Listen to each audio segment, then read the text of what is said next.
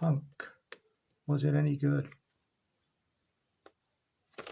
That was one of the finest punk singles.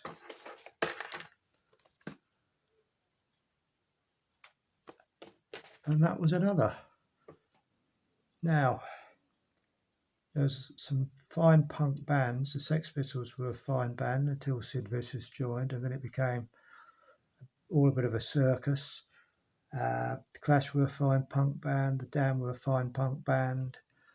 And a lot of bands were called punk, but they weren't really punk. Like Blondie were called punk in the beginning.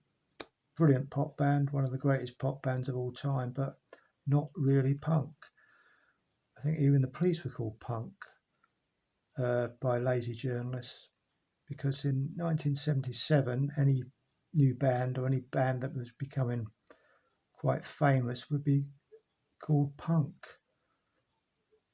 I made a little comment about this in my book, Made in Luton, because really, Des O'Connor would have been called punk if he was just starting out in 1977. But yeah, punk was much needed because in the mid 1970s, we had all the excess of progressive rock, and it sort of coincided with a rise in unemployment, and a lot of kids on the dole obviously couldn't relate to prog rock. Not so much the music, but the self-indulgence, you know. And so the time was ripe for punk. In terms of musicality, punk's not one of the great music genres, but it was certainly thrilling, and it certainly shook things up, which was much needed. And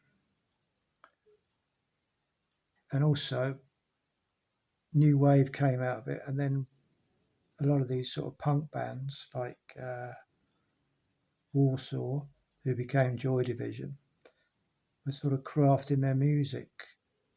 So they started off as punk, and then became a bit more sophisticated, and that's how it sort of worked.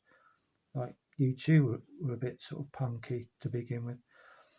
So yeah, there's a lot to be thankful for to the punk groups, and